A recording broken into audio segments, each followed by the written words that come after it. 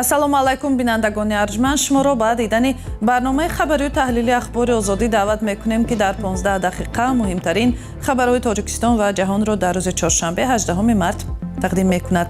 Дар аввал бо мавзӯъҳои асосии барнома ошно шавед.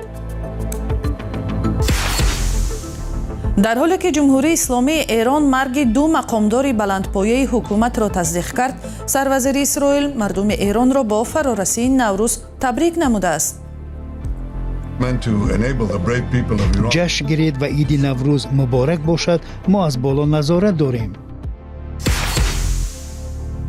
сокинони Тоҷикистон тасдиқ мекунанд ки солҳои охир даромади онҳо боло рафтааст, вале на ба он ҳудуде ки хароҷоти онҳоро барорад. چی توری نمیگیره همه چی قیمت یگان چیزی ارزان نیست ما داشتن کودک یا چی گرفته نمیتونه агар умр вафо мекард, хабарнигори маъруф ва яке аз чеҳраҳои боризи сиёсии солҳои 80-уми Тоҷикистон Отахон Латифӣ 90 сола мешуд. ва барномаро шурӯъ мекунем аз кӯмаки Тоҷикистон ба мардуми Эрон. мақомот дар Тоҷикистон имрӯз гуфтанд ба Эрон дар 110 мошин ёрии башардӯстона фиристоданд. ин ёрӣ аз 3610 тонна бор, аз ҷумла дору, маводи беҳдоштӣ, либоси кӯдакон, хӯрокворӣ, рахти хоб, хайма ва масолиҳи сохтмонӣ иборат аст. дафтари матбуоти президенти Тоҷикистон навишт, корвони мошинҳо рӯзи 18 март ба роҳ баромад ва ба зудӣ дастраси мардуми ниёзманд мешавад. Узбекистон, Туркманистон ва Озарбойҷон ҳам хабар доданд ки барои мардуми осебдида аз низоъ дар Эрон кӯмак фиристоданд. ҳамлаҳои ҳавоии Амрико ва Исроил дар тақрибан 3 ҳафтаи ахир миллионҳо нафарро дар дохили Эрон овора карда, нигарониҳоро дар кишварҳои ҳамсоя дар бораи эҳтимоли сарозер шудани паноҳҷӯён ба вуҷуд овардааст. комиссарияти олии паноҳандагони Созмони Милали Муттаҳид гуфт ки барои ниёзҳои эҳтимолии башардӯстона дар минтақа омода мешавад.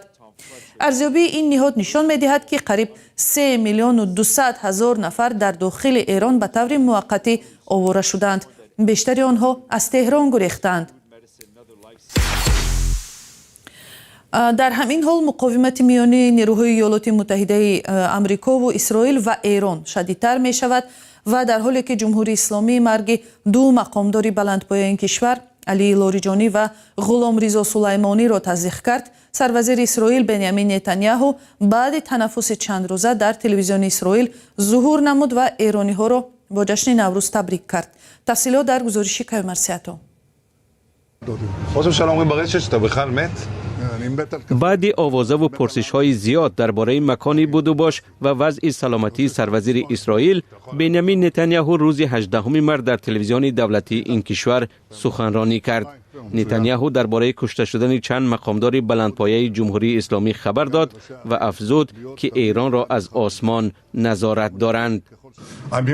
من اینجا با وزیر دفاع اسرائیل، فرمانده ستاد کل، رهبر موساد، فرمانده نیروهای هوایی و فرماندهان ارشد ما هستم. در 24 ساعت گذشته ما با 2 رهبر تروریستی کلان این استبداد را از بین بردیم. هواپیماهای ما جنگجویان را در زمین، در چهارراه و میدانهای شهر هدف قرار میدهند. این به مردم جسور ایران امکان میدهد که جشن آتش را پیشواز گیرند. جشن گرید و عید نوروز مبارک باشد. ما از بالا نظارت داریم. این پیام به زمان راست آمد که مردم ایرانی نژاد چهارشنبه سوری یعنی عرفه عید نوروز را جشن گرفتند. جنگ امریکا و اسرائیل علیه ایران هفته سوم است که دوام دارد و تا حال درباره کشته شدن دست کم 2000 نفر خبر می رسد. این جنگ باعث بسته شدن گلوگاه هرمز گردید که 20% نفت و گاز جهان از همین جا می گذرد. نرخ سوزشواری یک بار بالا رفت. مقامات ایرانی روز سه‌شنبه تصدیق کردند که رهبر با نفوذ شورای امنیت علی لاریجانی کشته شد. از زمان مرگ رهبر عالی این کشور آیت الله علی خامنه‌ای که در روز اول حمله ها یعنی 28 فوریه کشته شد، لاریجانی دومین مقام بلندپایه کشته شده در حکومت ایران دانسته می شود. همچنین مقامات سپاه پاسداران انقلاب اسلامی مرگ غلامرضا سلیمانی را تصدیق کردند که فرمانده نیروهای بسیج بود ولی جزئیات ندادند. نیروهای دفاعی اسرائیل گفتند که سلیمانی و لاریجانی در یک سلسله حمله‌های موشکی روز 16 مارس کشته شدند. با اینکه هفته سوم جنگ ادامه دارد، هیچ نشانه از پایان جنگ دیدن نمی شود و روز 17 مارس هم در بسیاری از منطقه ها در خاورمیانه صدای بانگ خطر به گوش می رسید. پرزیدنت آمریکا دونالد ترامپ در یک نشست خبری در واشنگتن گفت در نتیجه این جنگ ارتش ایران به هر معنایش نابود کرده شد و تکرار کرد که ایالات متحده می تواند در فرصت نزدیک از آن بیرون شود. نظامیان اسرائیلی گفتند که زیربناهای ایران و هم مکانی را هدف قرار می دهند که به حزب الله، یک گروه مورد حمایت ایران مربوط است. آمریکا حزب الله را سازمان تروریستی می داند. در همین حال ایران حمله های موشکی و پهپادی را به هدف های در اطراف خاورمیانه از جمله اسرائیل ادامه می دهد. گلوگاه هرمز اساساً بسته می ماند چون کشتی ها تحت حمله قرار می گیرند. به اطلاع خادمان امنیتی یک درون و هم حمله های موشکی ایران سفارت آمریکا را در بغداد هدف قرار دادند و به اطلاع فرانس پرس دست کم یک پهپاد در داخل حوله سفارت افتاد. مقامات محلی روز 17 مارس گفتند که حمله نوی پهپادی ایران در مجمع نفتی فجیره در ساحل های امارات متحده عرب باعث به سر زدن سوختار شد ولی کسی آسیب ندیده است. در دوحه هم ترکش‌ها رخ داد و قطر گفت که از یک حمله موشکی پیشگیری کرد. خبری از تاجیکستان در ناحیه ونج شب گذشته ساکنی محلی سلامتشو غالچاєв 34 ساله از سوی یک افسری وزارت کارهای داخلی کشته شده است. تلاش‌های ما برای دریافت نظر مقامات تاکنون به نتیجه بود. به گفته یک منبع ماجرا گویا بر سر رابطه این افسر با یک دختری مکتب خوان سر زده است. منبع گفت دختر در صنف دهم میخواند و یک خویش غالچاєv است. شب بعد نماز تراویح این مرد از قضیه خبردار شده با افسر بر سر کردار اخلاقی او جنجال لفظی میکند. افسر با تفنگچه به قسم پایان شکم غالچاєv دو تیر زده است. جسد سلامتشو غالچاєv را امروز دفن کردند. به گفته منبع‌های رادیوی آزادی افسری گمانبر در کشتار و دختری مکتب خان و مادرش در شعبه کارهای داخلی ناحیه ونج در بازداشت هستند. و دیگر معلوماتی دریافتی افسر در پاسگاه قشون‌های داخلی کار میکرد. از سلامتشو غالچاєv 5 فرزند مانده است. گزارش درباره درآمد عائله‌های تاجیکستان میگوید یک خانواده میانه در این کشور از 5-6 نفر عبارت بوده. درآمد ماهانه هر یک عضو عائله در این کشور $100 را تشکیل می‌دهد. در تاجیکستان از 7 عضو عائله تنها یک نفرش کار و درآمد رسمی داشته. هنوز هم قسم مهمی درآمد یا بودجه عائله‌ها از حساب انتقال‌های پولی نزدیکانشان از خارج بوده است. همکارم علی شیر ظریفی موضوع را شرح می‌دهد.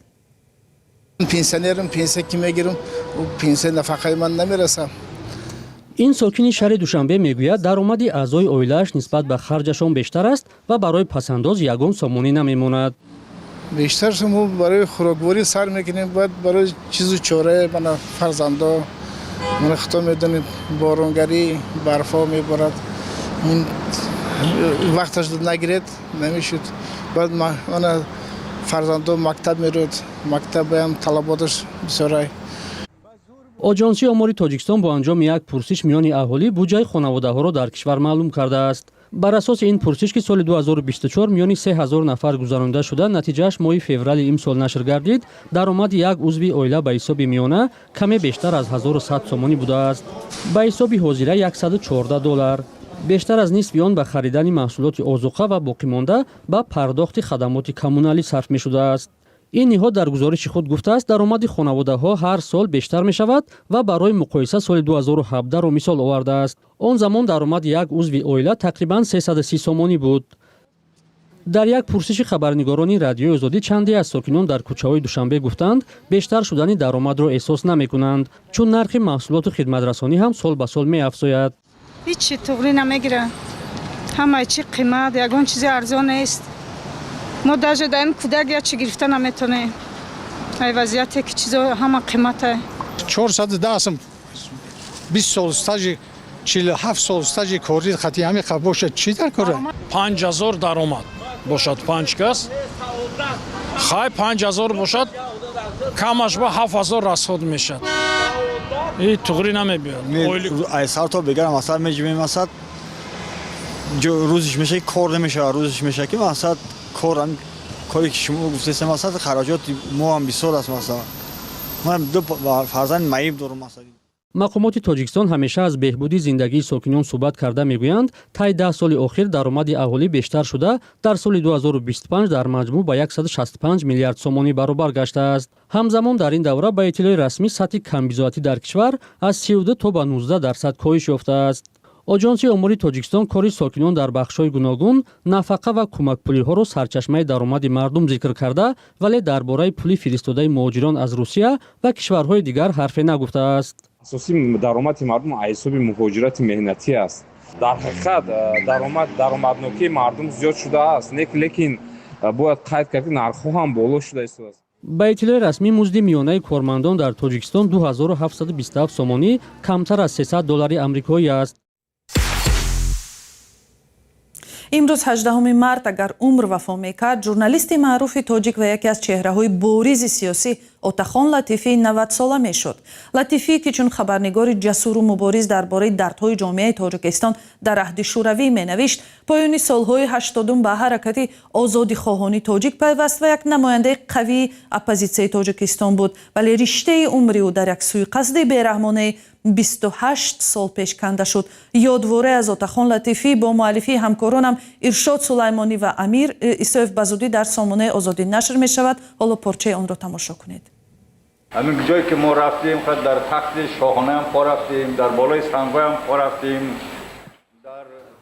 90 سال از عمر و 28 سال از قتل اوتاخان لطیفی می گذرد. اما هنوز به این سال پاسخ نیست او را کی و برای چی کشت. حتی همسرش که استاد دانشگاه و چهره روشنفکرند و 35 سال در کنار ایشان بودند پاسخی ندارد. برای چی کشتن استاد؟ خدا میداند. اکنون نشه خدا میداند.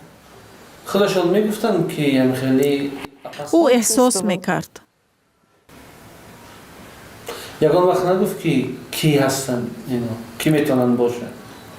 نه. نه، از هیچ کس گمانبر نبود. من میتوانم بگویم که اینها میتوانستند از هر دو طرف باشند، اما من نمیدونم. یعنی знаю. اوتاخان لطیفی روزنامه‌نگاری معروف، خبرنگاری نشریه‌های مرکزی شوروی در آسیای مرکزی، معاون سروزیر و یکی از چهره‌های کلیدی مذاکرات صلح تاجیکان از نیروهای مخالف بود.